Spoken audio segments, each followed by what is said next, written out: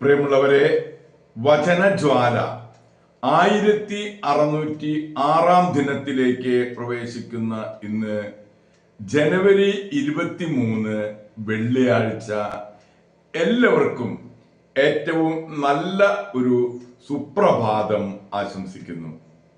ഇന്നത്തെ വചന വായനയിൽ ഏശയ്യായുടെ പുസ്തകം 59 അധ്യായം 1 മുതൽ 15 വരെയുള്ള തിരുവാക്യങ്ങളാണ് നാം ശ്രവിക്കുക. രക്ഷയ്ക്ക് തടസ്സം. രക്ഷിക്കാൻ കഴിയാത്ത വിധം കർത്താവിന്റെ കരം കുറുകിപ്പോയിട്ടില്ല. അവിടുത്തെ കാതുകൾക്ക് മാന്ദ്യം സംഭവിച്ചില്ല. നിന്റെ അകൃത്യങ്ങൾ നിന്നെയും ദൈവത്തെയും തമ്മിൽ അകറ്റിയിരിക്കുന്നു. നിന്റെ പാപങ്ങൾ അവിടുത്തെ മുഖം നിന്നിൽ നിന്നും മറച്ചിരിക്കുന്നു. അതിനാൽ അവിടുന്ന് നിന്റെ പ്രാർത്ഥന കേൾക്കുന്നില്ല. നിന്റെ കരങ്ങൾ രക്തപങ്കിലമാണ്. വിരലുകൾ അകൃത്യങ്ങളാൽ മലിനമായിരിക്കുന്നു. നിന്റെ അധരം വ്യാജം പറയുന്നു. നാവ് ദുഷ്ടത പിറുപിറുക്കുന്നു. ആരും നീതിയോടെ വ്യവഹാരം നടത്തുന്നില്ല.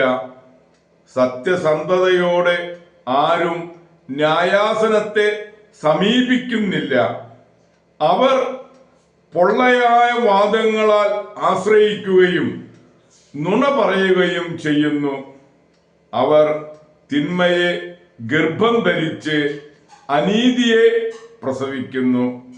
അവർ അണലിമുട്ടയിന്മേൽ അടയിരിക്കുകയും ചിലന്തിവല നെയ്യുകയും ചെയ്യുന്നു.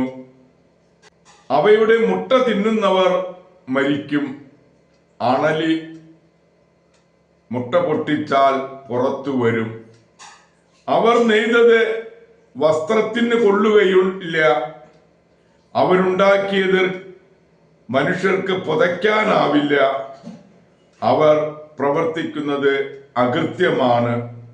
അവരുടെ കരങ്ങൾ അക്രമം പ്രവർത്തിക്കുന്നു.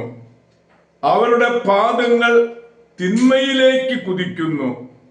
നിരപരാധരുടെ രക്തം ചൊരിയുന്നതിനെ അവർ വെമ്പൽ കൊള്ളുന്നു. അവർ അകൃത്യം നനയ്ക്കുന്നു. ശൂന്യതയും നാശവുമാണ് അവരുടെ പെരുവഴികളിൽ. സമാധാനത്തിന്റെ മാർഗം അവർക്ക് അജ്ഞാതമാണ്. അവരുടെ വഴികളിൽ നീതി അശേഷമില്ല.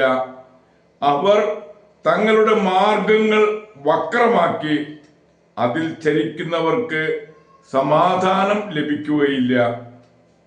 നീതി ഞങ്ങളിൽ നിന്ന് വിദൂരത്താണ്. ന്യായം ഞങ്ങൾക്ക് ലഭിക്കുന്നില്ല. ഞങ്ങൾ പ്രകാശം തേടുന്നു, എന്നാൽ എങ്ങും അന്ധകാരം.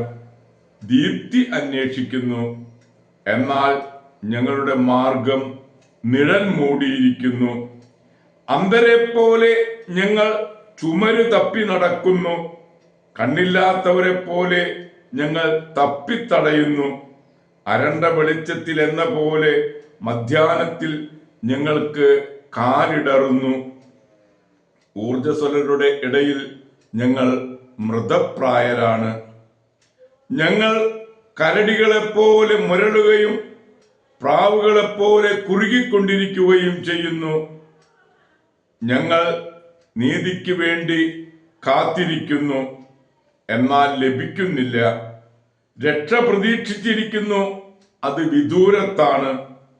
ഞങ്ങളുടെ അതിക്രമങ്ങൾ അങ്ങയുടെ മുൻപിൽ വർദ്ധിച്ചിരിക്കുന്നു. ഞങ്ങളുടെ പാപങ്ങൾ ഞങ്ങൾക്കെതിരെ സാക്ഷ്യം നൽകുന്നു.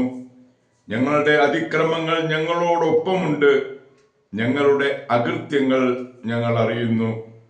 ഞങ്ങൾ തിന്മ പ്രവർത്തിക്കുന്നു, കർത്താവിനെ നിഷേധിക്കുന്നു, ദൈവത്തിൽ നിന്ന് പിന്തിരിയുന്നു.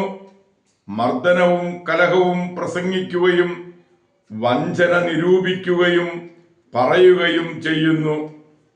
നീതി പുറന്തള്ളപ്പെട്ടിരിക്കുന്നു. ന്യായം വിദൂരത്തു നിൽക്കുന്നു. സത്യം പൊതുസ്ഥലങ്ങളിൽ വീണടിയുന്നു.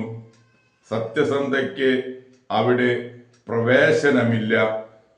സത്യം ഇല്ലാതായിരിക്കുന്നു.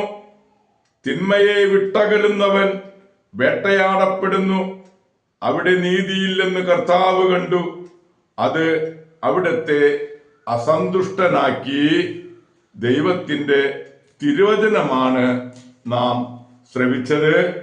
പ്രിയമുള്ളവരെ, ആഗോള കത്തോലിക്ക സഭയിൽ ഇന്ന് മെത്രാനായിരുന്ന വിശുദ്ധ ഇൽഡോഫോൺസിനെ അനുസ്മരിക്കുന്ന പൊൻസുദിനം.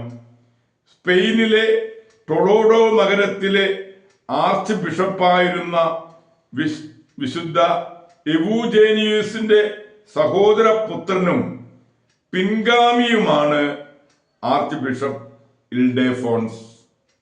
പിതാവിന്റെ എതിർപ്പ് അവഗണിച്ചാണ് ആംഗ്ലി ആശ്രമത്തിൽ ചേർന്നത്. ഒരു സന്യാസി ആയിരിക്കുമ്പോൾ തന്നെ കന്യാസ്ത്രീകൾക്കായി ഒരു മഠം സ്ഥാപിച്ചു. ആംഗ്ലി ആശ്രമത്തിന്റെ ആബട്ടായും 9 കൊല്ലം ആർച്ച് ബിഷപ്പായും സേവനം അനുഷ്ഠിച്ചിട്ടുണ്ട്.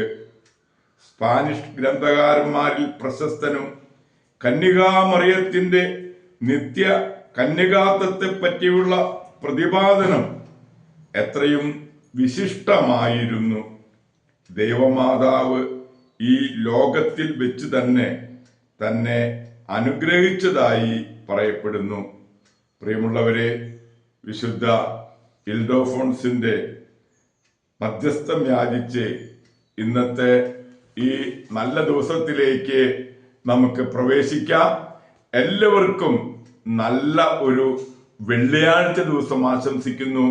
ദൈവം നമ്മെ ഓരോരുത്തരെയും സമൃദ്ധമായി അനുഗ്രഹിക്കട്ടെ.